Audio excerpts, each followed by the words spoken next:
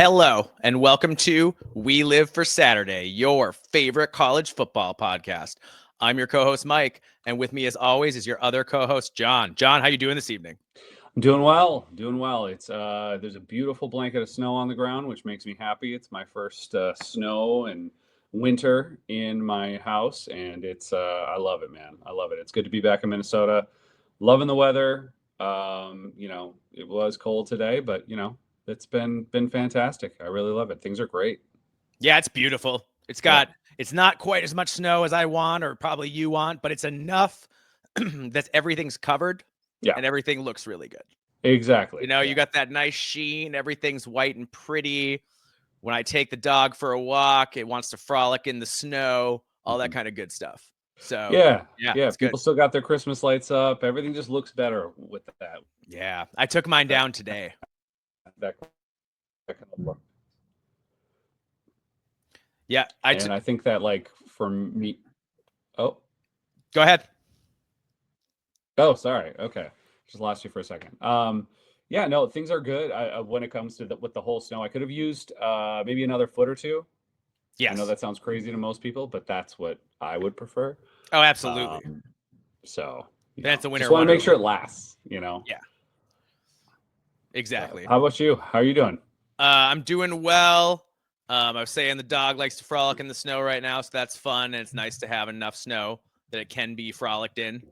So I hope we keep that. It doesn't look like there's any more on the forecast, but I hope some more is coming sometime soon-ish. But yeah, man, I'm really good. I'm excited to do this pod. It's always a lot going on. And we had two awesome semifinal games. Yes, we did. Yeah. There's a lot to talk about for sure. The semifinal games were very exciting. Yeah. Nerve-wracking as well. Yeah. Ridiculous. Ohio State, we'll talk about it. Seem to want to lose at times, but all right, we'll get into that. It was great though. A lot of fun. We got a lot of other stuff to cover too. There's just things going on as always within the Big Ten and around the country. We want to cover a lot of that. So as always, let's get us started. But I'll start out by saying, if you want to find We Live for Saturday, you can find us on YouTube, Spotify, Apple Podcasts, and Podcast Addict. You can find us on Twitter at We Live for B1GSat. You can find Mike at Alibaba26, and you can find me, John, at Norwegian Gopher. You can also email us, weliveforsaturday.b1g@gmail.com. Awesome. Well, we have some stuff to talk about before we get into these games, huh? Yes, we do. So the coaching carousel for assistants just kind of never stops. And we had, I don't know how else to say it, man. A shock to my system, shock to you. Minnesota defensive coordinator Corey Heatherman, who just got a giant raise, is now Miami defensive coordinator Corey Heatherman.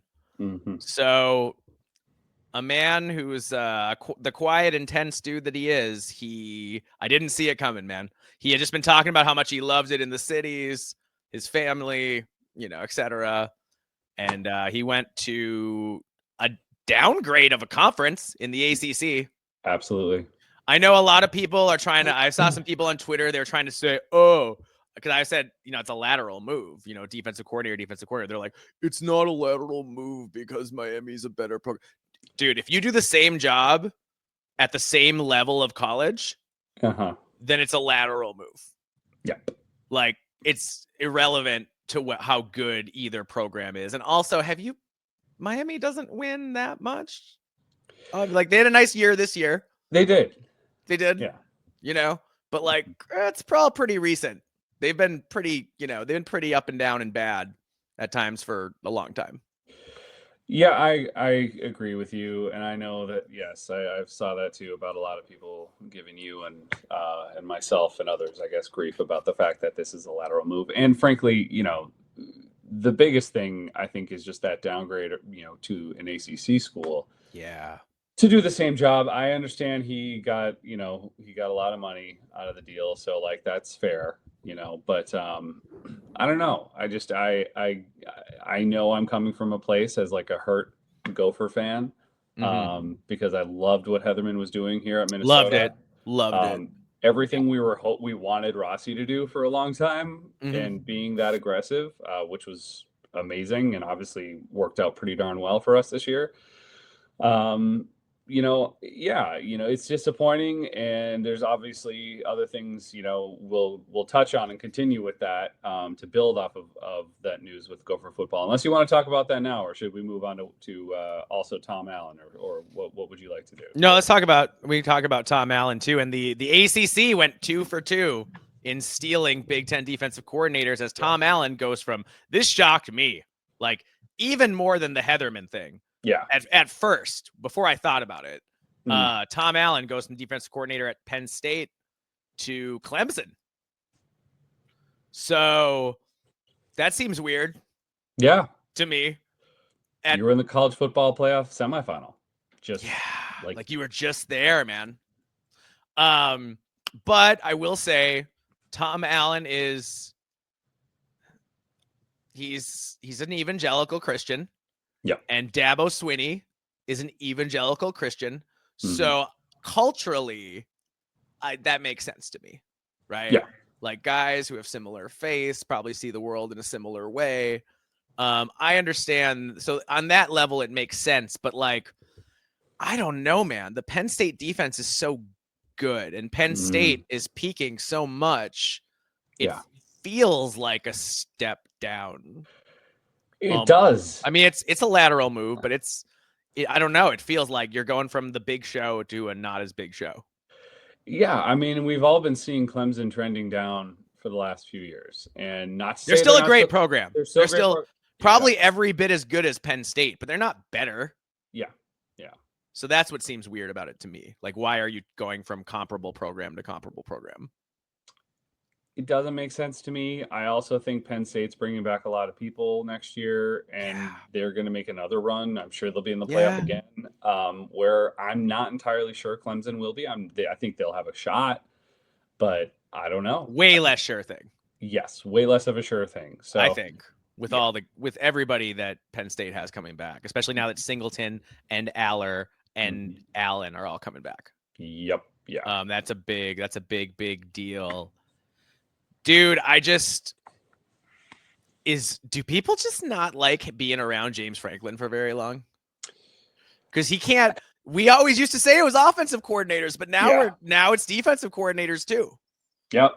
Like it's a 1-year stop, and the defense never gets any worse though. That's the good thing. That's the truth. Yeah, but I mean, so far we haven't heard that Kotelnicki's leaving yet, right? Or he hasn't been fired, like for whatever reason. No, I think Kotelnicki's staying, from what I hear. He interviewed for the West Virginia job, I think, like head coaching job. Okay, but he didn't get it. Yeah. So I don't know, man. Here's the thing, Big Ten schools. This shouldn't happen. Yeah. This shouldn't be happening. And I'm going to say that like Tom Allen, I can understand a little more because he's got some close friends on the Clemson staff. And like I said, with the religion thing, I get it to some extent. I think it's a little weird, but I kind of get it. But I didn't want to have to do this. But like Minnesota, we've come so far, right? We have this awesome stadium, which we didn't have when we were growing up. Nope.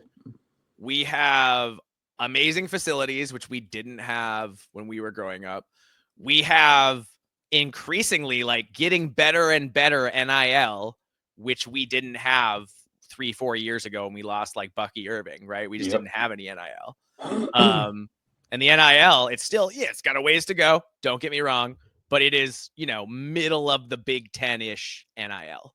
Like we've done pretty well. Like things have built, you got to give Derek Burns and the guys at Dinkytown Athletes like a lot of credit. But so the whole program, PJ Fleck's been here now going into what, year 9? Yeah. So we've had cultural sustainability, sustained success for the last 12 years, really, with only a few down seasons. That's all really good. But and we got an awesome athletic director. I think Mark Coyle does a great job. But the Board of Regents, man, they have not fully grasped that we are in a different place in football now. Yeah. Especially when it comes to, because Fleck is paid fairly competitively, but for assistant coach pay, Minnesota's just not paying enough right now. This is the third year in a row PJ Fleck has lost a coordinator to a lateral move. Kirk Herbstreit went to Rutgers. We improved over him. Yeah. Joe Rossi went to Sparty. I would say Corey Heatherman was actually an improvement. Yeah. As good as Joe Rossi was, and Joe Rossi's really good. But now Heatherman leaves too, and you cannot ask PJ Fleck to replace his replace a coordinator every single year. Mm-hmm. You can't do it. That's not fair. Yeah. It's too hard. It's too hard. Especially when you want to keep, like PJ does a great job of keeping schematic continuity, right? Mm-hmm. That puts a lot of pressure on the new coach to come in and learn all the terminology. And yeah, they put their own spin on it, but they also got to do what Minnesota, I don't know. It's just something has to change with Minnesota and the Board of Regents, because this just isn't going to fly. And you're not going to get to where you want to go if you have to start over coaching every single year like that. Yeah, I mean, and look at this is all, it's so familiar in a lot of ways. Not that you and I were around for this, but like Minnesota for years, as some people do know and some people might not, for decades was like the powerhouse in college football, or one of the powerhouses for a long time. Original helmet school, seven national titles. Yeah. How many schools to this day have 7 national titles? Yeah, not many. Not a lot. No. So, and the reason that all disappeared, that football superiority in a lot of ways disappeared from Minnesota, was due to the fact of a board of regents that and a president, I believe a university president, yes, that essentially had it out to, diminish the football program at the University of Minnesota. They hated sports. They just hated sports. The leadership in the 70s and the 80s hated sports. Mm-hmm. And how is that possible at a Big Ten university? I don't even know, but some bad hires were made. Yeah. And it really hurt, it hurt the U for a really long time. Yeah. We're still recovering in some ways. Yes. And so we're here in maybe not as bad of a situation, but still it brings a lot of that up of, the university itself investing in its, top moneymaker, essentially. Yeah. Athletically anyways. So this is something that the fans, and this goes for any university out there that is, and any fan that's deeply invested in their football program or whatever program, you want your university to be invested as much as you are. You're paying a lot of money. You're donating to the NIL. You're doing your part, and you're showing up to games and buying tickets and the merchandise and what have you.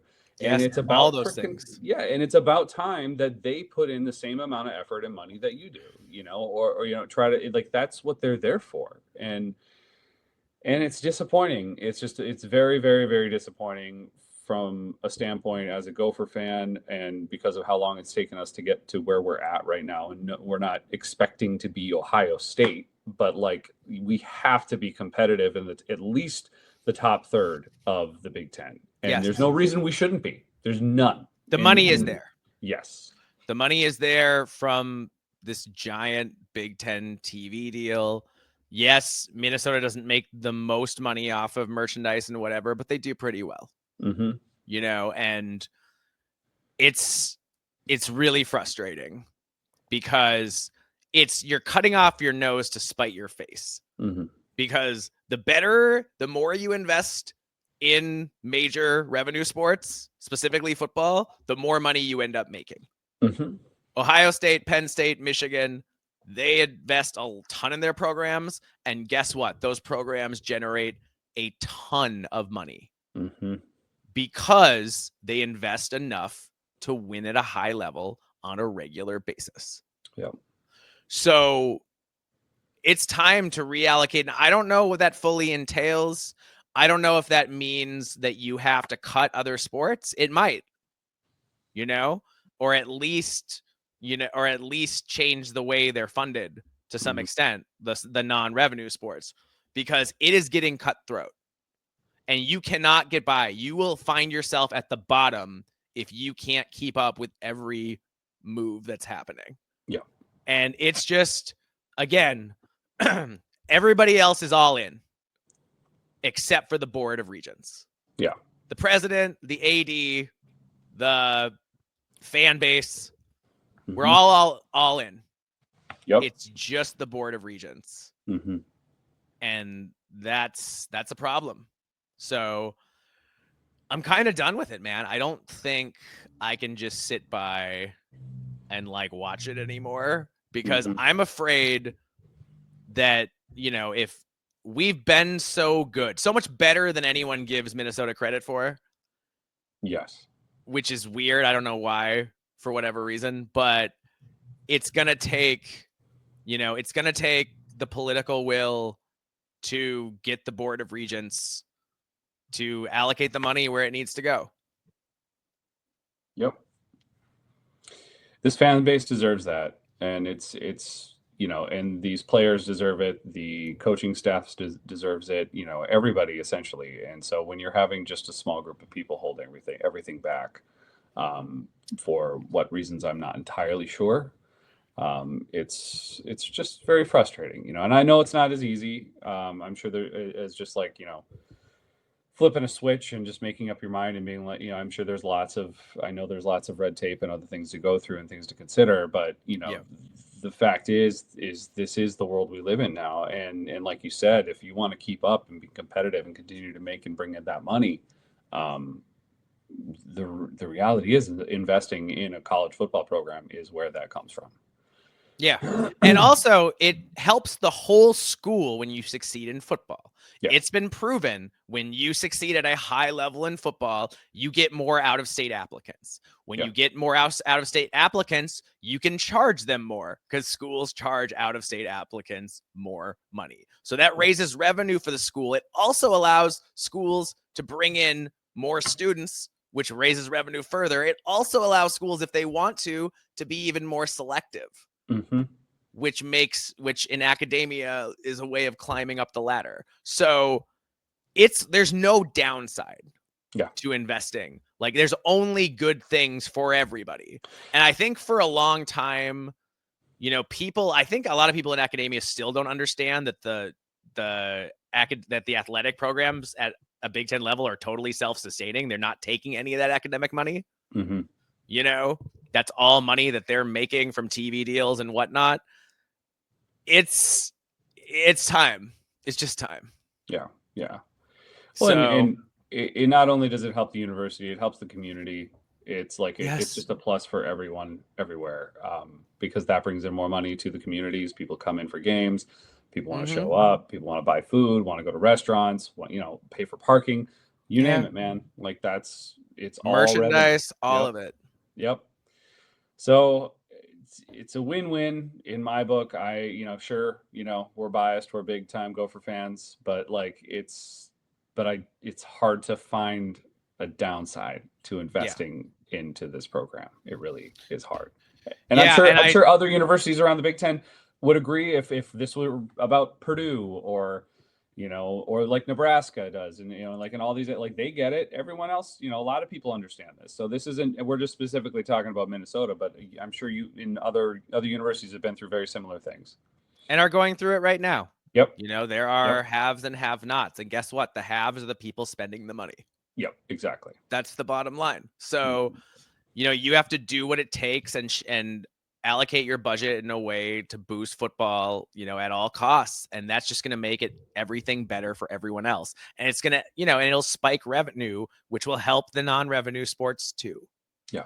Yeah. So I don't know, man. I don't think I can do it anymore. So I've been kind of thinking about, like, what do we do to fix this? Mm-hmm. And I think it's time. Yeah. What are you thinking? Do you want to get into it a little bit? Should I get into it a little bit? Just a little bit? Maybe just touch on like the brief bullet points. Tease it. Yeah. A lot. Basically, my thought is that the Board of Regents so it's really kind of convoluted, but suffice it to say, the Board of Regents is elected by the legislature. Certain politicians in the legislature have more influence over that process than others. Mm-hmm.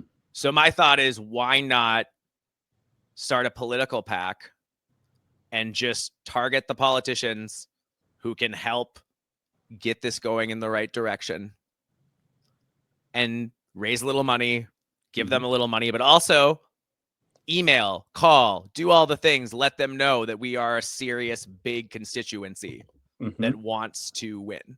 Yeah. But yeah, so I am looking into starting a political PAC, which turns out it's a really complicated thing to do.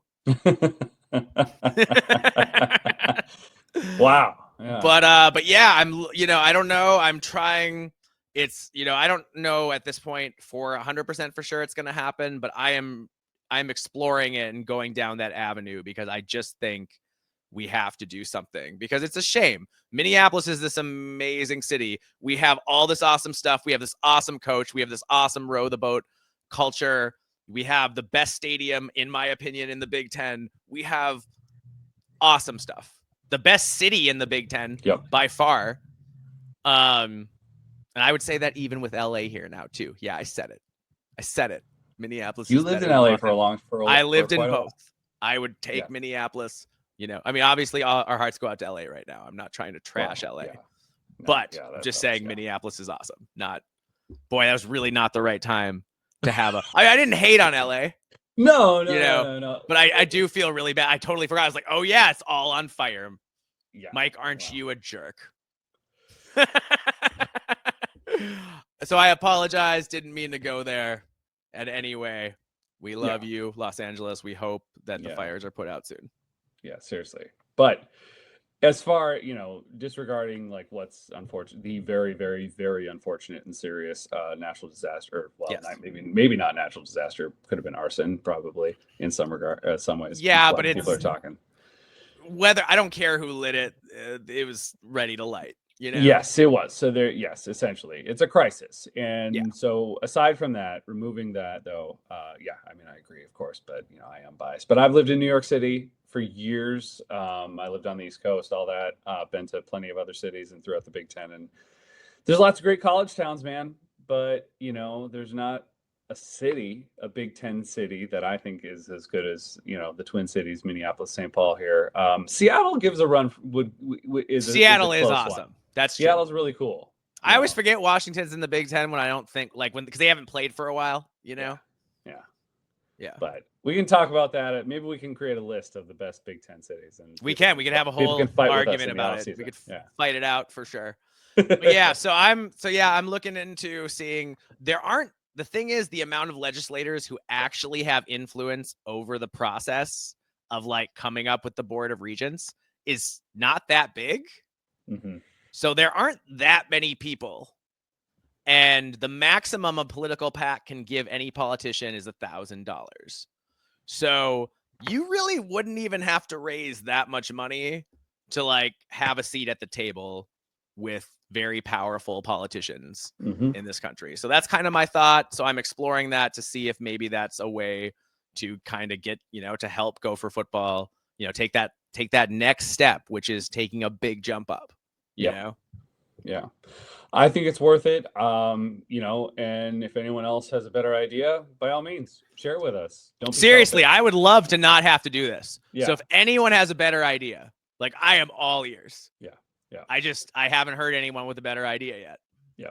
So we're waiting. If you do, if you're the one out there, before you think, say anything that has been said here on the podcast is stupid or shouldn't be done or whatever, well, by all means, then tell what's your let idea? me know. I would love, if it's a dumb idea, that's great. Give me a good idea. Yeah. So, but until then, I'm going to explore my idea, dumb or not. Yeah, exactly. It's worth it. Yeah. John, I woke up one more. It's been like a week now. Yeah, it's been about a week. Yeah. But I woke up one morning to see you in a pitched battle on Twitter with Ari Wasserman and Andy Staples of On3. Yep. Yeah. That so happened. you want to introduce that? Yeah. Well, I think I ruffled some feathers. And I'd say so. I wasn't the only one calling these guys out on this stuff, because it was, and like tons of people were quote tweeting this, and there's like thousands of responses on the post that they made, by the way, with the video clip that they decided to put up, which, like, and I think more than one, where, all right, let me just say this. We're burying the lead. So who'd they have on the show? It's Ari. It's On 3 with Ari Wasserman and Andy Staples, and they had Kirk Herbstreit on the show. And Kirk Herbstreit was supposedly setting the record straight on ESPN SEC bias, which, you know, drum sounds roll. Great. Set the record straight, Kirk. Let's hear it. Yeah, he would have loved to hear it, but he didn't. And he what like did he flat do? out lied about things. He said first he said we could not have paid for a better Final Four with Notre Dame, Ohio State, Penn State, and Texas. The one thing missing is Michigan. So this idea we want Alabama, Texas A&M, and Auburn. Are you kidding me? That's what he was quoted as saying. But the problem is what he said all prior to all of this, when he was, you know, crapping all over Indiana and SMU and any other team, you know, and just, you know, doing the rah SEC flag, which is what he's been doing all year, all season. And it's not just him. There's a lot of those big talking heads that have been doing that. And On 3 generally, I think, tries to be more diplomatic about things. I'm not a huge fan of them or their takes on college football, but they post a lot of clickbait. That's poorly researched clickbait. Yeah, it's a lazy podcast essentially.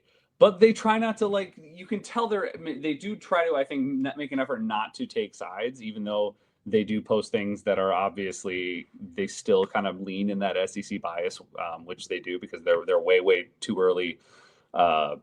Prediction of the top 10 teams in college football next year, which you mentioned in the last podcast. But what with this is essentially what I said to them. I quote tweeted this. I said, not only has Kirk Herbstreit lost all credibility, but Andy Staples and Ari Wasserman have also lost theirs by bringing that clown onto their show. What a joke. You think we're all idiots, but we all see through your SEC bias. Dumb move on your part on 3 Sports. Because here's what I'm sick of. I'm so sick and tired of these people, and, you know, it's On 3, it's you know, it's these guys, it's JD Pickell, it's Josh Pate, it's Paul Feinbaum, it's so many people out there that talk to the masses of college football fans as if we're idiots because we've bought into this SEC bias for so many years, but now it's being exposed, especially this year. And like, you can't refute it of what's happened there, because there's evidence that we've all been seeing and all watched. There's not a single SEC team that finished with less than 3 losses this year. And yet there were arguments to put South Carolina and Alabama in, when Illinois was very clearly the team who should have been in. If you were going to put a 3-loss team in there, they were the ones who earned that right. But no, we're going to go with the SEC instead. And there's still people who are arguing that and are trying to set that out there. And they're already setting these narratives. CBS Sports just put something else too out right now, which I counted. I think it was 8 or 9 SEC teams that they're having in their way too early top 25, and only 7 Big Ten teams. It's like this year didn't even happen. Nope. Or last year. No, and Texas is ranked number 1, by the way. Hey, hold on though. I still think you're bearing the lead a little bit with Kirk Herbstreit. Kirk Herbstreit said on the podcast that he never advocated for Alabama over Indiana or SMU. Yeah. He said that. Yes. We saw him do it.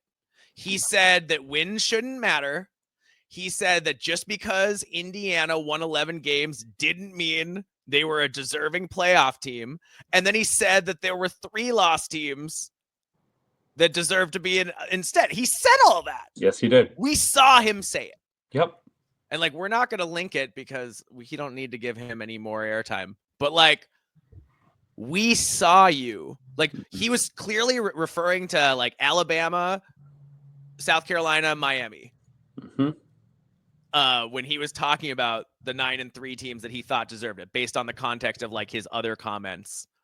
He was very clear that he was favoring Alabama over Indiana. And he said Indiana, and he doesn't admit, even now, that he went on a big rant and said Indiana didn't belong in the field. Yeah. He said that. They lost by 10. Yeah. 10. And he went on a giant rant about how they didn't belong on the field. But then when Tennessee got blown out, he didn't, when other teams got blown out, he didn't say, it wasn't like it was only Indiana and SMU. Yep. Because Indiana and SMU are smaller brands, relatively. Like, that's it. Yep. That's it. And they have their, they wanted Alabama in the playoff. Kirk last year successfully lobbied for Alabama to be in over undefeated Florida State. Yeah. And this year he lobbied for them again. And then when called on it, he doesn't. And that's my other problem with, Andy and Ari. I think Ari said something like, "What'd you want me to do? Punch him in the face?" Yeah. And it's like, no, man, I wanted you to say, "Hey, Kirk, you said that Indiana didn't deserve to be in, and you strongly implied that Alabama did, and then Alabama got whipped in their bowl game by a mediocre, not mediocre, but by an average Michigan team. Yeah. Below average by Michigan standards." Yeah. Well, so what do you, so you're supposed to call him on that and say, so do you still think Alabama should be in? And when he says, "Oh, I never said that," you say, "Kirk, love you, but you were on tape saying that." But they won't do it, because if they do that, he won't come back on their podcast. Yeah, and it's funny because Ari got very angry immediately, and he seems like an angry guy. Oh yeah. He said his response to what I said is, "Have you consumed a single thing I've written or said for the past month about the SEC, or is that not convenient to this nonsensical tweet?" And I said, "Did you push back on anything he said?" And he didn't. And then Andy, he didn't respond to that one, did he? He didn't respond to that. Because he didn't push back. And he knows he didn't push. That's the thing. All you have to do is say, "Hey, Kirk, you're lying, man." But he won't do it, because then Kirk won't come on the show. Well, and what's funny then is Andy Staples, he chimes in to Ari telling him to let it go, and because, it's not convenient to whatever narrative I guess I wanted to hear. But then then Andy proceeded to then engage even more with me and others in this thread, and then just gaslit everybody the whole time, and refused to, again, just cop to what it was that was going on, that you just didn't push him on anything, and you let him lie. You're not let him lie. If you let him come on your show and lie without calling him on lying. Yeah. And he also went on, and this isn't as big of a deal, but then goes on to tell everybody that his son runs his Twitter account, or he hasn't had social media in years or something. He said he said he deleted Twitter a year ago. Yes. And then his son ran his Twitter account, and then he proceeded to tweet a bunch of stuff that only he could have tweeted, like of his dog. Yeah. He tweeted pictures of his dog, and it's like, Kirk, you're at work with your dog. No one, your son isn't at work with your dog. You're in the studio, bro. Like your son's not in the studio. Yeah. Like, what do you mean? And he's like, "Oh, don't use." Kirk Herbstreit has ascended to a level of detached where he thinks he can lie about things, and people are rude if they mention it. I love it. It's hilarious. He's been rich too long, man. It's been rich too long.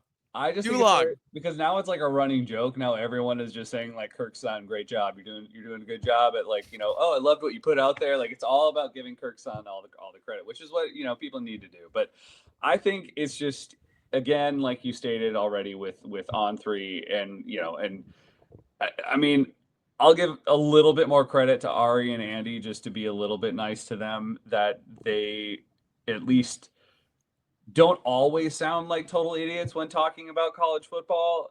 At least they're not JD Pickell. Ari Wasserman? Well, I'll say Andy. Andy's okay. I'll say Andy's okay. I'd still, though, rather listen to Andy and Ari together than have to listen to one word that JD Pickell says, dude. Because dude, he can barely speak English. It's awful. It's like... No, I'm not going to go there. That's too political. Okay, let's move on. Yeah, anyway, moving on. That's all. Had to bring that up. Yeah, right on. Well, good work, John. I like you keeping the college football media on their toes. And also me waking up and being like, oh, John's in a pitched battle with some prominent podcasters. I better go see if I can jump in. And you did. And look, this is what we do here at We Live for Saturday, man. You know, this is how it works here. We push back on the national media because we don't buy into their bullcrap. So that's the way it goes.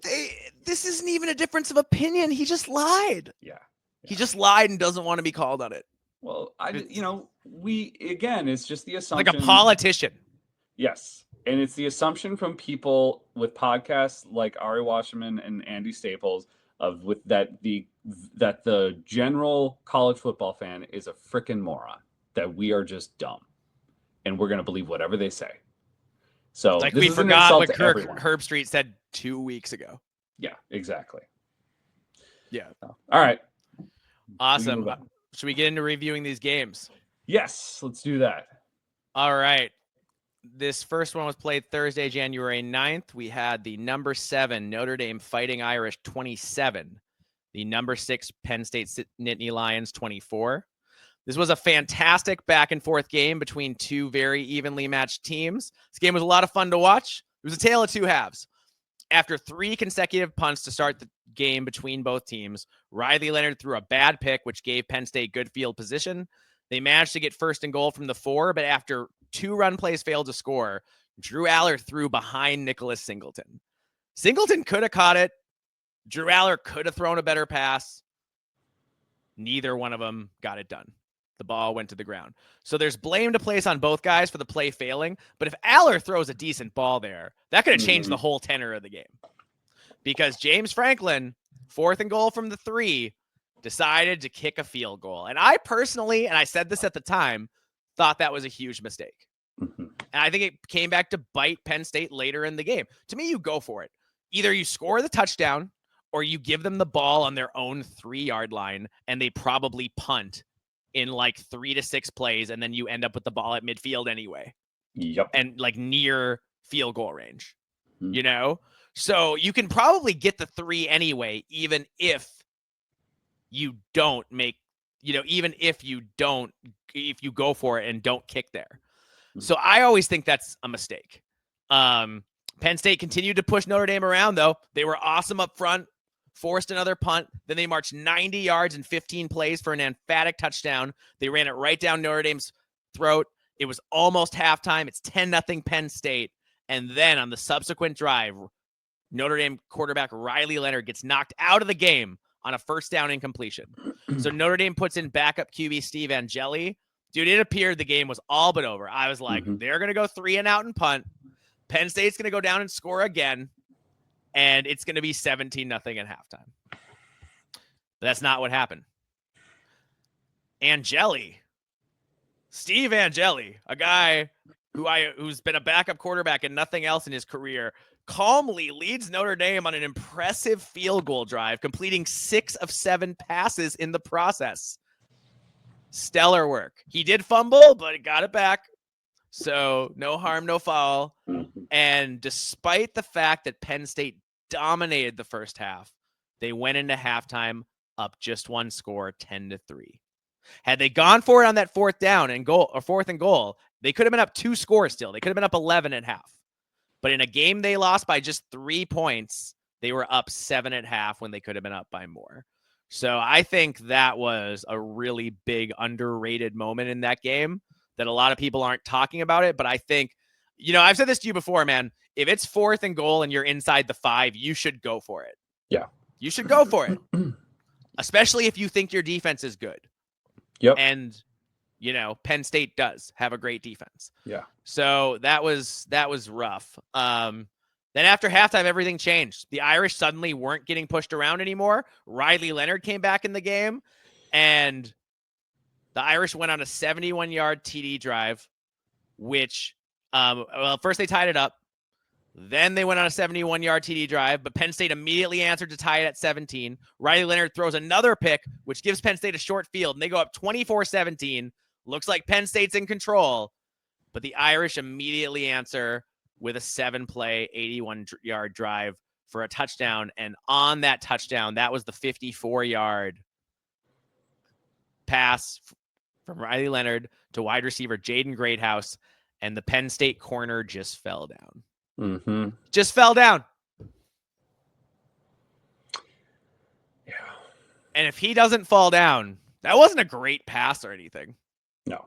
You know what I mean? Like, if he doesn't fall down, I'm not sure he even catches it. And he definitely, even if he catches it, he doesn't go the extra 30 yards for a touchdown. So, yeah, that was bad. It was bad. It was the wrong time to fall down. And look, guy ran a great route, right? And sometimes when you the idea of running a great route is you know, routes are designed to try to get defensive backs off balance. So he got him off balance, but like, you can't fall down there, man. You can't fall down there. It was tough, man. This was a tough game to watch because I really thought, especially in the first half, it looked like Penn State was just going to dominate. And they were. They were. I mean, their run game was working early, and like Notre Dame's offense was just totally flat. There was nothing going on. Leonard looked horrible. You know, but to me, Jeremiah Love was clearly still hurt. Yeah. And to me, though, what also contributed to this loss were just taking penalties at some of the most inconvenient times. And that's also something that we can, I'll talk about as well with Ohio State, which was even worse. But they won, but they're them. And I guess the secondary as well, looked amazing in that first half. But Notre Dame was able to adjust, and it looked like they just kind of fell apart in that second half. And all of a sudden, Riley Leonard looks better as a passer than I've ever seen him look in that second half of the game. It was crazy. He suddenly was throwing ball, and he was throwing it down the field. And Jaden Greathouse, man, he was getting open. Yeah, he was. Not just on the. He had several other catches besides the long touchdown one. Was Kobe King covering him, or who were they? They were picking on Kobe King a lot during the game, and I think he got beat there too by him. But it's and the run defense too, man, just started to kind of give up too, which I mean that's not unusual, but I don't know, it was sad. Yeah, I mean they did pretty well in run defense, but yeah, it was rough. And then with the game on the line late in the fourth, tied at 24, James Franklin tried to win in regulation rather than play for overtime, which I think was the right move. But Drew Aller threw an inexcusable pick. Dude. He was in his own territory, fading to his left, throwing late across the middle to his third read. And he threw a terrible ball that was picked off. And yeah, the receiver ran a bad route, and we'll get to the Penn State receivers. But all of a sudden, Notre Dame had the ball deep in Penn State's territory. They got 20 yards to make the kick easier, and then had pretty much a walk-off field goal. So that's a brutal loss for Penn State, man. They were very close to winning, and then very close to overtime, and somehow they managed to lose it in regulation. Riley Leonard, though, like you said, he played well. 15 to 23, 223 yards, 9.7 yards per attempt, 1 TD, but 2 picks. Still had a QBR of 80.1, though. That's a really high QBR for a guy who threw 2 picks. Yeah. So I questioned Riley Leonard's arm going into this game. He wasn't perfect, but he was enough, man. He was enough. Yep. And he's a warrior too. He's tough. Dude, he is absolutely, man. He's a really tough guy. I really appreciate the way that he's willing to get in there and take the hits and just get right back up. It's like a throwback. He's like a smaller Tim Tebow or something. Just willing to put his head in there and bull people. I respect that, man, for sure. Yeah. And but honestly, aside from the TV drive coming out of half, the Irish flat out couldn't run the ball. Jadarian Price and Jeremiah Love combined for just 58 yards, and Riley Leonard had 35. So they're 3 main rushers who were held under 100 yards by this stout Penn State D. If you told me that Penn State would be this successful stopping the run, I would have thought they for sure won the game. But Jaden Greathouse, man, he was the difference. 7 catches, 105 yards, and a TD. And then cornerback Christian Gray had the key interception for Notre Dame. Well, senior linebacker Jack Kaiser had 10 tackles, so big games for both of them. Dude, Penn State dominated the line of scrimmage in the first half, but they racking up most of their 204 yards rushing. Nicholas Singleton at 84 yards, Katron Allen at 82. Both backs were effective before Notre Dame started playing better on D in the second half. But, dude, Penn State's QB Drew Aller. So it's the worst game he ever played. 12 of 23, 135 yards, just 5.9 yards per attempt, 0 TDs, and 1 inexcusable pick. And Aller missed a bunch of wide open receivers, a bunch of them. Like usually Tyler Warren. And that was the reason Penn State lost, in my opinion. I like a question for you, because I know there's been hype around him for a couple of years now. And I know there's still a lot of hype. And I even just saw a list from somebody today about him, top quarterbacks coming into next year, and he's number one. And I'm like, I don't know. I don't know what to think. I think that he has a lot of raw talent, and he can look amazing at times. Yeah. But he makes a lot of bad choices. I could know. Get over the bad choices. He's inconsistent, man. Yeah. He misses open receivers on a regular basis with like clean pockets, and he'll just miss guys. And you can't do that as often as he does and play in the NFL. Yeah. The NFL, quarterbacks in the NFL are so accurate. They're stupid accurate. So Drew Aller, he's going to come back next year, but like he needs to work on his accuracy. He needs to not fade away when he throws the ball. He needs to step into his throws and drive. When he does that, he looks a lot better. But when he gets on his, when he gets jumpy in the pocket, it's just not good. And it was bad, man. It was really bad. And it's just, if he plays even okay, they win. Well, and I think Tyler Warren only had 6 catches for 75 yards, and that just was not nearly enough. No, and I also think if you unless you find another guy like Tyler Warren next year, like what are you going to do? I don't. They're going in the portal for receivers. I mean, we'll see if it works or not. Yeah. Well. Yeah, it was disappointing. I still personally think that Penn State. Well, let's just put it this way: Penn State had plenty of opportunities to win that game, and they just couldn't. Penn State had so many chances, dude. If they played again, I think Penn State would win. But it's, and it's, I don't really think it was James Franklin's fault this time. I think Drew Aller just didn't do it. I think he put him in position to succeed. I agree. Like, I'm not even on Frank. I normally, after a big game, and like James Franklin did these 3 things or these 5 things that I couldn't believe. But I thought Franklin coached a decent game. I did. I agree. No, I totally agree. Yep. Penn State, man, 5 targets to wide receivers. Didn't complete a single pass. So Penn State wide receivers caught 0 passes. That's pathetic and pretty insane when you think about it. They've got Andy Kotelnicki scheming up plays, but their wide receivers are so bad that they couldn't get a single catch. Like, I know Notre Dame has a great secondary, but like a single catch in a modern game of college football, like that's Iowa territory when you can't get a catch, a reception by a wide receiver. Yeah. And only Iowa is comfortable in that territory. Nobody else is.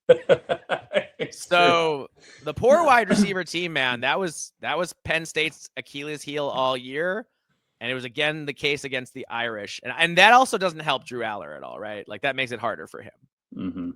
But I don't know, man. You still got Tyler Warren. You got to play better than that.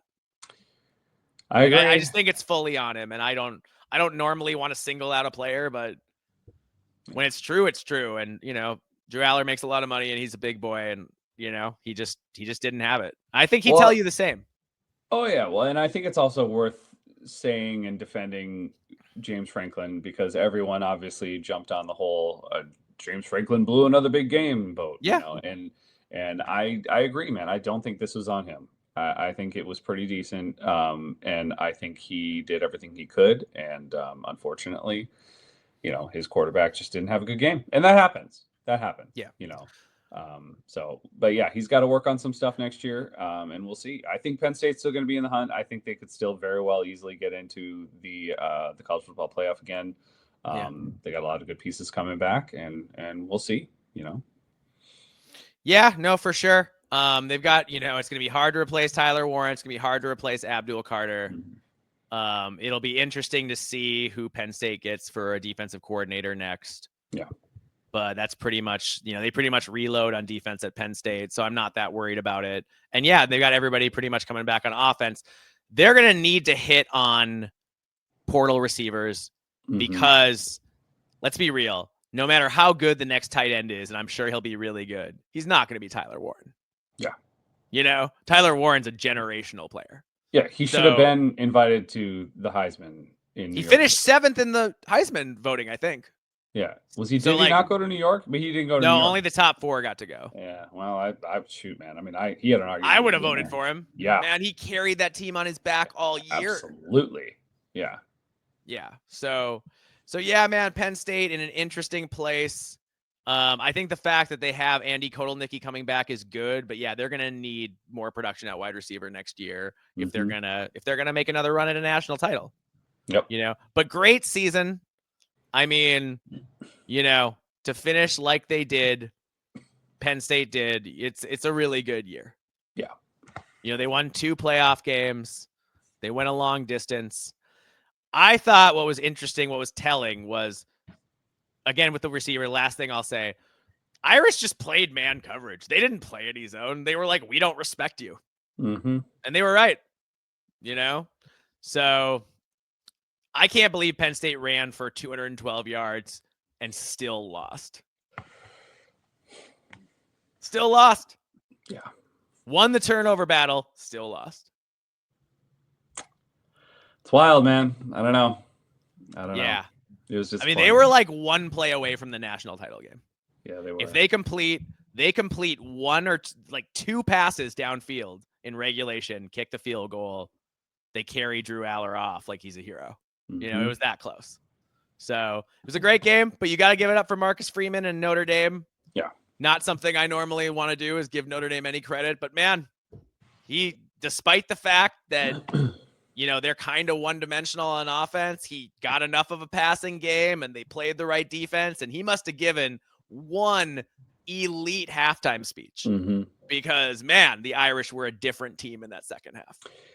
And, you know, I want to give Marcus Freeman a little bit of credit here, too, is I think as much as I don't like the Irish as a program, this is the first head coach at Notre Dame that I have like some respect for, and because there's some likability there. Like, yeah, he's not a total, you know, jerk or unlikable human being. Like, seems like a pretty decent guy, and so I'm at least like appreciative of that. Thank you, Marcus Freeman, for not being, you know, Chip Kelly. That's awesome.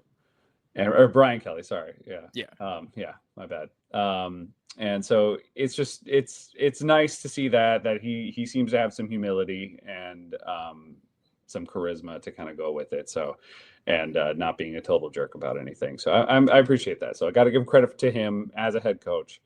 But a disappointing loss for Penn State. And yeah, I mean, moving on, I guess, to see what's going to happen here in the national title game with Notre Dame and Ohio State.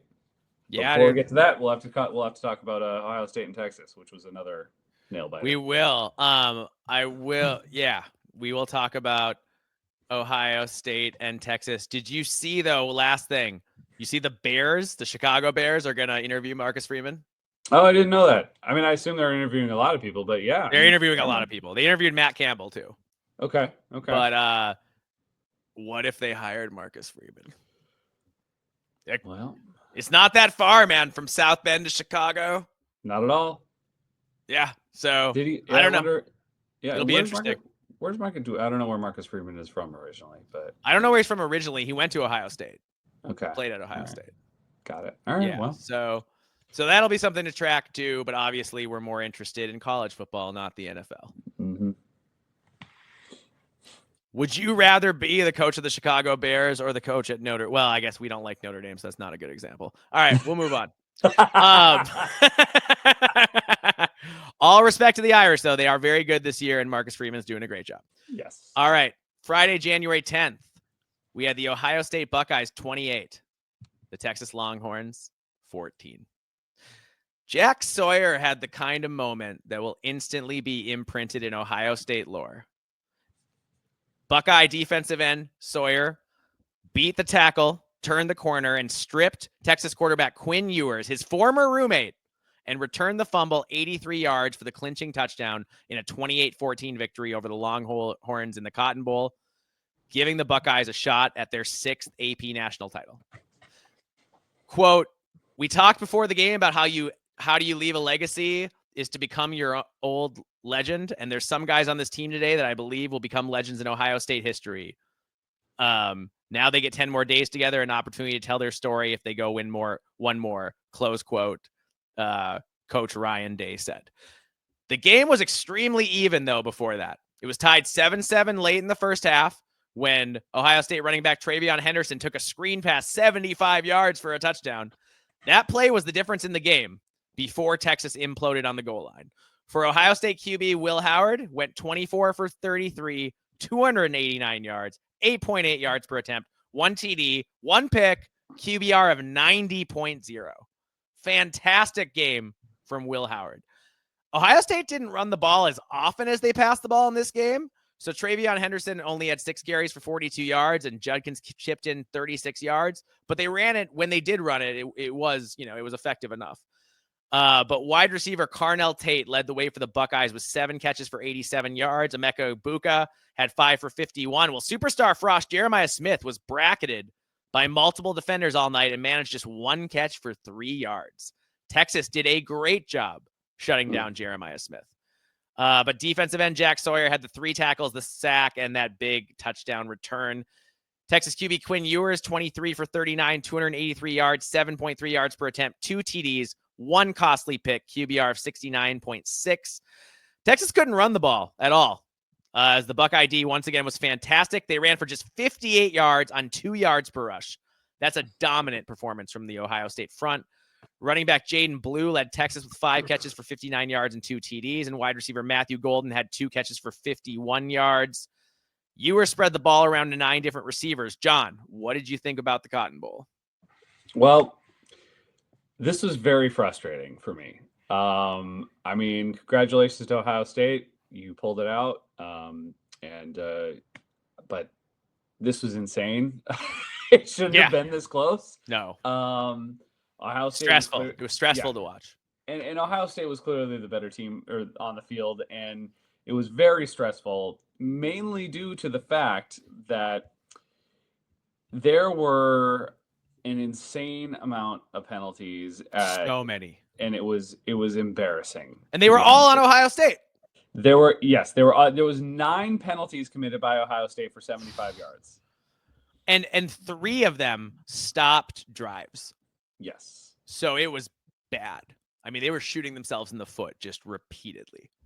Oh, 9 penalties is a lot for a game. Yeah, they'd be driving down the field looking like they were 2 or 3 plays away from scoring, and then shooting themselves in the foot with a major penalty, and it would ruin everything and end up punting the ball away. So it was that was they were trying not to lose at that point. Now for what I was seeing, basically the third quarter until the end of the fourth quarter.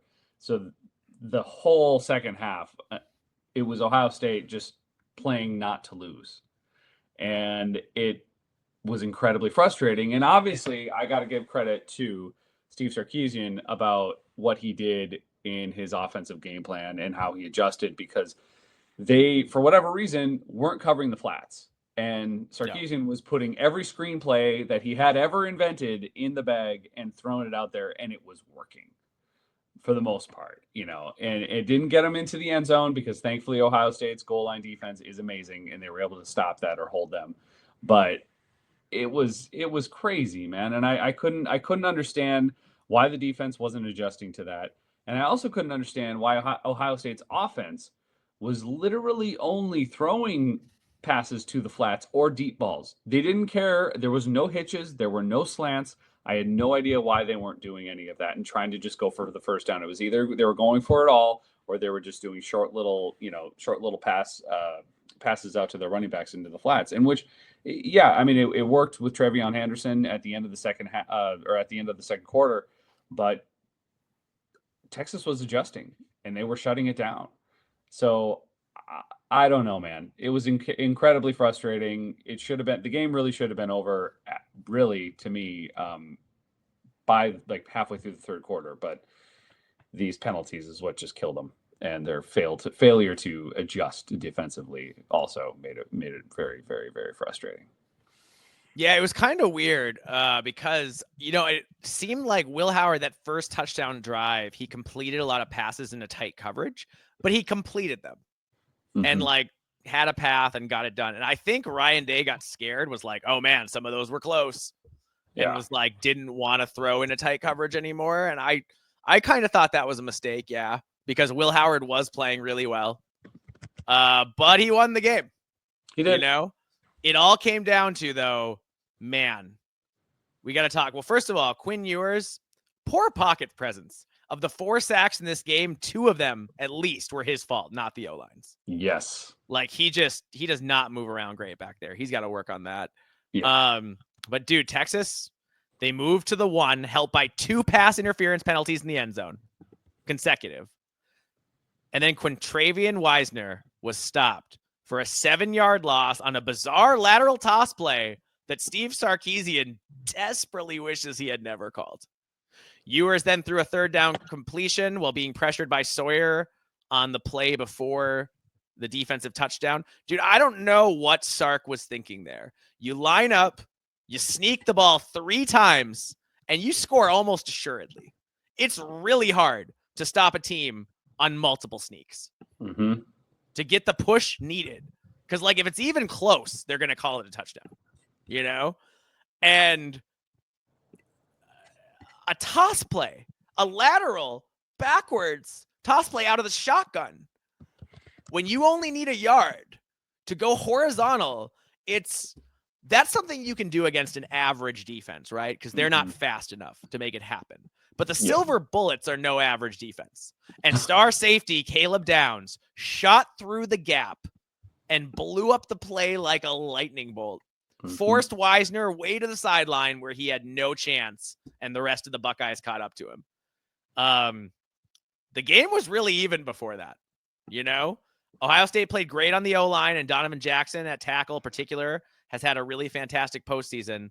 But, dude, Caleb Downs, 2 different tackles where he saved touchdowns. Because it wasn't just that. There's also another one where Texas threw a screen to number 5, a wide receiver screen, and he burst through the first, the secondary, and he was going for 6. And Downs just barely got his leg, and he fell down. Do you remember that? Yep. So, dude, Caleb Downs, he stopped. It's entirely possible Ohio State doesn't win that game without Caleb Downs. Yeah. And of course, Jack Sawyer, he's the legend. He, Captain Jack, the Ohio kid who had and dude, you knew it was over when he stripped the ball out of Ewers and it bounced right back to him. Yeah. Well, and both you, we talked about this, whether or not we were like, is he going to actually be able to run it all the way back? I didn't think he could. We were wrong. We were absolutely wrong. He had more speed than what you or I had any clue that he had. Dude, those first 30 yards, everyone's like, he was so slow. And I was like, hey, he ran out of steam by the end. Yes. But those first 30 yards, he's 260 pounds. He was moving. Yeah. That was no joke. You don't make it 83 yards without getting touched on a football field unless you're moving somewhat with some level of speed.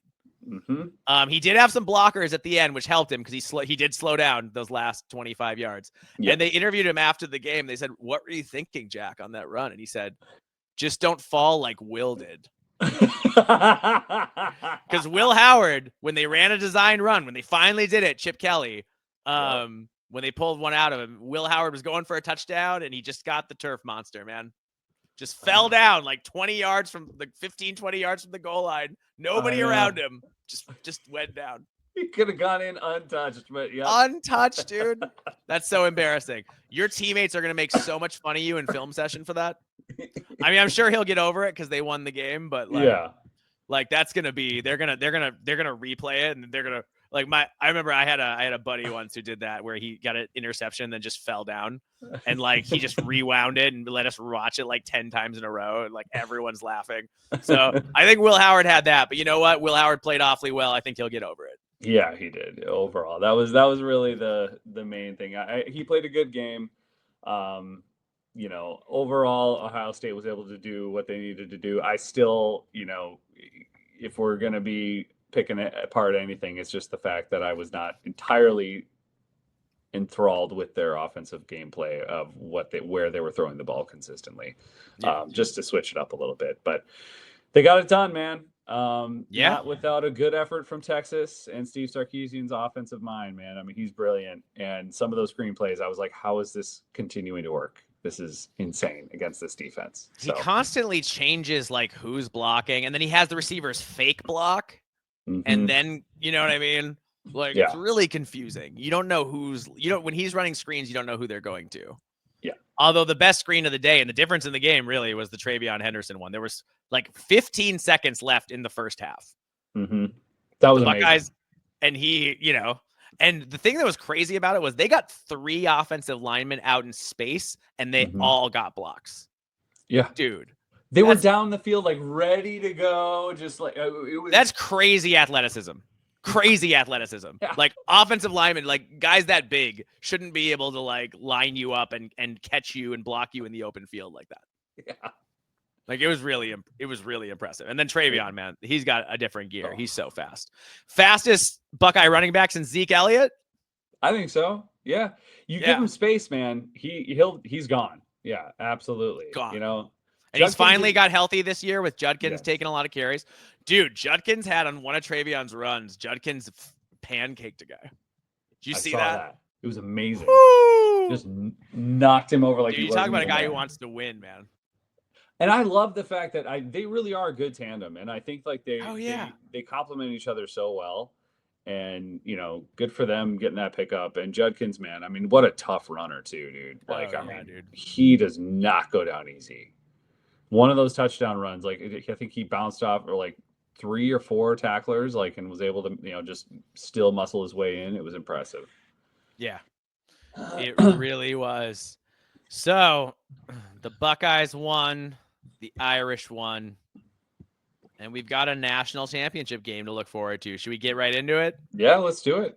So your college football national championship, which will be played a week from today, on January 20th, the 13-2 number 8 Ohio State Buckeyes versus the 14-1 number 7 Notre Dame Fighting Irish. On the way to this point, Notre Dame went 11-1 during the season with their sole loss, a stunning week 2 defeat at the hands of Northern Illinois, who proved to be an average MAC team. Marcus Freeman flat out did not have his team ready to play for that game. No. But give him credit.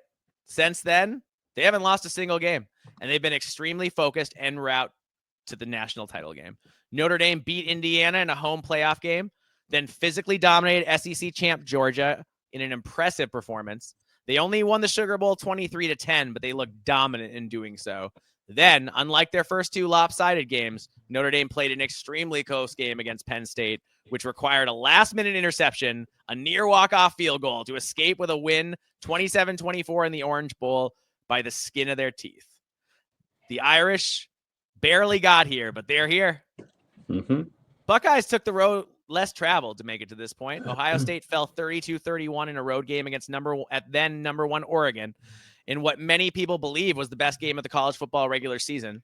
That was excusable. What wasn't as excusable was the Buckeyes losing to the worst Michigan team in 15 years in a game in which they were favored by 19 points at home.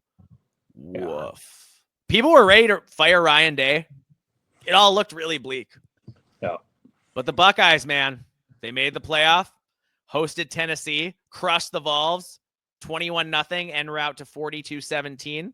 They hammered Oregon in the Rose Bowl rematch. Their final score was 42-21, but the Buckeyes led 34-0 before Oregon even got on the board. So Ohio State was starting to look like an unstoppable force. Texas proved a steeper challenge. Yeah, Ohio State won by 2 touchdowns, but it took that goal line stand to prevent Texas from tying the game at 21 late. And now here we are at the national championship. Both teams have tremendous ball hawking defenses who can destroy your offensive game plan at all 3 levels. So they're pretty similar defensively. But offensively, they're night and day different. Notre Dame is an old school team that wants to pound the ball, running with their big, fast RBs and tough QB. Jeremiah Love's an elite running back, but is he fully healthy? He wasn't against Penn State, and that hurt the Irish rushing attack a lot. They need both Love and Price to be healthy and playing their best ball if they're going to have a chance against the mighty Buckeyes. This Irish team would have been right at home 30 years ago, playing like the 90s Cornhuskers, just grinding you on offense and then suffocating you on defense. Ohio State has a much more modern offense. They've struggled at times due to major injuries on the O-line, but since they moved Donovan Jackson out to tackle and retooled their running schemes, Ohio State's prospered. Running backs Travion Henderson is a speed demon in football pads. Quinshon Judkins is great, and they just have quite simply the best trio of receivers in America. Jeremiah Smith, best wide receiver in college football as a true freshman, which is incredible. Emeka Egbuka, seasoned senior, who will be a first-round NFL draft pick in a few months, and Carnell Tate could easily be wide receiver 1 on another less talented football team. It's an unbelievable group of receivers the Buckeyes have once again. You got to give credit to Ryan Day, head coach, and wide receiver coach Brian Hartline for their ability to bring in and develop this high-end talent. They do a great job of taking young kids, having them ready to play and do big things as true freshmen. It's truly a machine in Columbus. So, John, there's so much to talk about with this game. How do you see things breaking down? I mean, I want to say that I think Ohio State should dominate in this game, and I still think they should. But it still makes me nervous after what I saw happen with Texas and what we've seen with this Ohio State team at a couple other points in the year. Just not showing up during certain points of the game or not for an entire game. And I don't want to have to see them play catch up. I do think as far as talent on the field, they very much outweigh the Irish and are much, much better. I will take Will Howard over Riley Leonard any day. I'll take, Travion Henderson, Quinshon Judkins, not by a lot, but I'll take them over the Irish's running backs. And obviously the receiving capabilities that Ohio State has and their defense. So it should be a win, but is Ryan Day is this going to be the team that he brought out against Oregon? Or is it going to be a bit of a letdown or not as consistent team like he had with Texas or like we saw with Michigan? You got to see him win it, man. He's been this close for how many times and he's got to finish. And can he? Yeah. That's the thing. So I think I am picking Ohio State to win this game. And I think there shouldn't be any question that they should but I don't know if I really fully trust Ryan Day. I just don't know. I think he's proven enough, but when it comes to winning it all, I just don't know yet. And unfortunately, I've fellow listener, Max, he's just kind of gotten in my head, man. He's been saying it all season about how he's ranting and raving about how Ryan Day has to leave. We got to get rid of Ryan Day. He's the problem, blah blah blah blah blah. And I don't know if I'm seeing it now or if it's just him. Just he's finally gotten into my head. And there's a little earworm just kind of telling me to doubt Ryan Day for some reason. So Marcus Freeman's a great coach. The Irish have the fact that they are incredibly tough. They are a very mentally tough team. Yeah. And physically, obviously, as well, but mentally tough. So they can endure a lot of what this Ohio State team can bring to them. We've seen it all season, and I think that they're definitely going to be a tough out. But again, I think just with the fact of the talent on the field, Ohio State should be able to win. So I guess I have Ohio. Are we picking scores? Do you want to do a score prediction or? Yeah. Okay.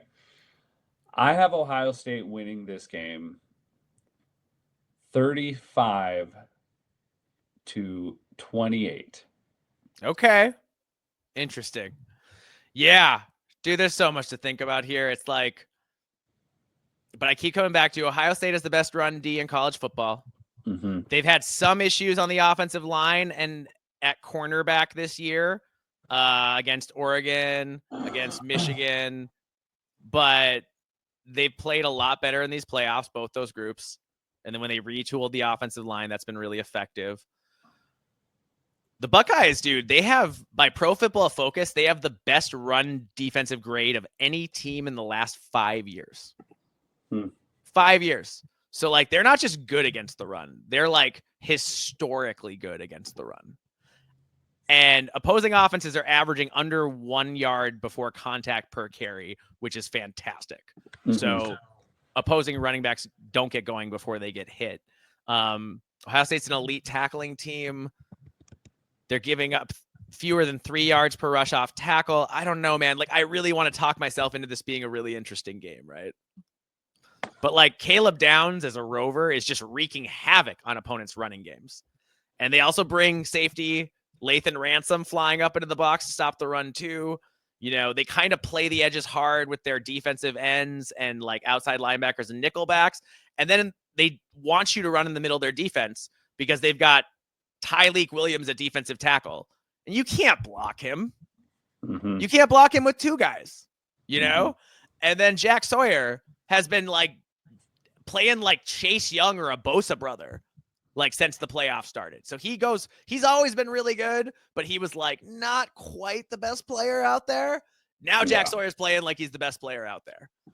So can the Irish make passing plays downfield? Because the other thing is, man, Notre Dame's running backs haven't run well in this playoffs. Like, they've only averaging 3 yards per rush. So Riley Leonard's legs have been Notre Dame's offense.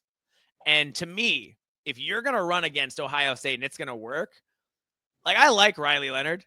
He runs well. He's not Cam Newton or Lamar Jackson or Braxton Miller or something. Do you know what I mean? He's not like a game breaker. He's just a tough guy. He's like a tough, fairly quick, savvy runner, you know? And I just think against the speed and size and talent that Ohio State has, is his running going to work at all? Or are they going to say, you know what? We're going to crowd the box. We're going to put 8 guys up here and dare you to throw the ball. And all they have out there is Jaden Greathouse. So, like, if you shut him down, who does, you know, we talk about Penn State not having receivers. Outside of Jaden Greathouse, Notre Dame doesn't have any wide receivers either. They were throwing it to their running backs. I don't like, so that's what they're going to have to do, because Ohio State has shown that they'll let you throw to their running backs. So, like, if I'm Notre Dame, that's your chance to, like, complete a bunch of swing passes and checkdowns and screens to your running backs, get them the ball in space, play good defense, control the time of possession. I don't know, man. A lot of stuff has to go their way. A lot of stuff. Okay, go ahead. No, I'm just saying we saw that being effective, though, against them with Texas. Yeah. I mean, they're going to have to adjust to it like they didn't, in a different way, because they didn't do that against Texas. And it was working. Texas plays a ton of zone, though. Notre Dame really wants to play man. And if they try to play man against Jeremiah Smith and Emeka Egbuka, okay, have a good time. Let's see how that works. You know what I mean? Yeah. So my other issue with this is that Irish offensive tackle Anthony Knapp got hurt against Penn State, and he's going to miss the title game. So that's really tough for a team that's already banged up on both sides of the line of scrimmage. Their new left tackle will be lining up across from JT Tuimoloau and sometimes Jack Sawyer. So that's not great. And Riley Leonard, all right, listen to this. When he's got a clean pocket, he's the 37th best quarterback in the country. Under pressure, he's 125th. When he's blitzed, he's the 16th best quarterback. When he's not blitzed, he's 116th.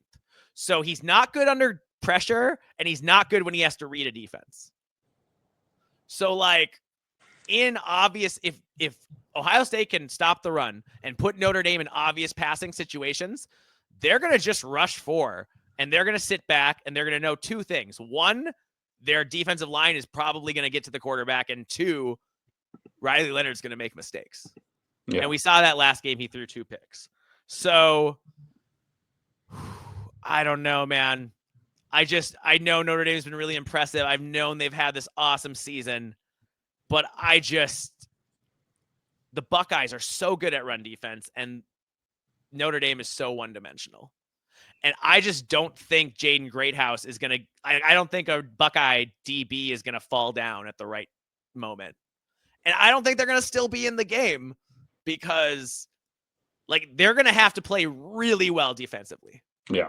Really well, like lights out defensively. And can anybody stop Ohio State when they get rolling? No. Not this year. So you're probably right? 35-28. You're probably right. Probably. But I don't see it. I think Ohio State gets out to a big lead. I think we spend most of the game talking about what a nice season Notre Dame had, past tense, and lauding Ohio State. So I've got the Ohio State Buckeyes 38, the Notre Dame Fighting Irish 20. Okay. I mean, I know Notre Dame also has a top 10 run defense, but like, this wide receivers, man. And also Notre Dame is missing their enormous defensive tackle, Riley Mills. And like, I think they're going to miss him in the running game in this game. And I think you're probably going to end up being right. I guess like I expected it to be a more dominant performance against Texas. And it's hard to be dominant every game though. It's true. And I don't know. I guess, I'm just trying to be a little bit more conservative. I picked Penn State to beat Notre Dame by a lot more than they did.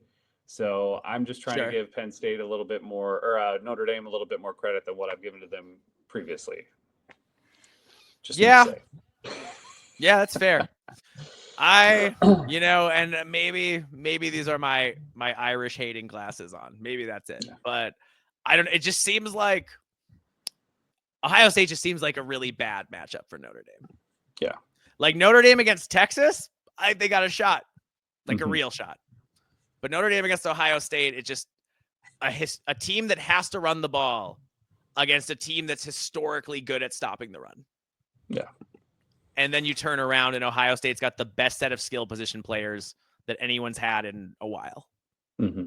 So I don't know, man. Like I don't even hope it's going to be a good game. I'm hoping Ohio State just rolls them. I am. I want, and it just be like a victory lap for the Big Ten for the whole season of dominating and coming back to the top of the sport.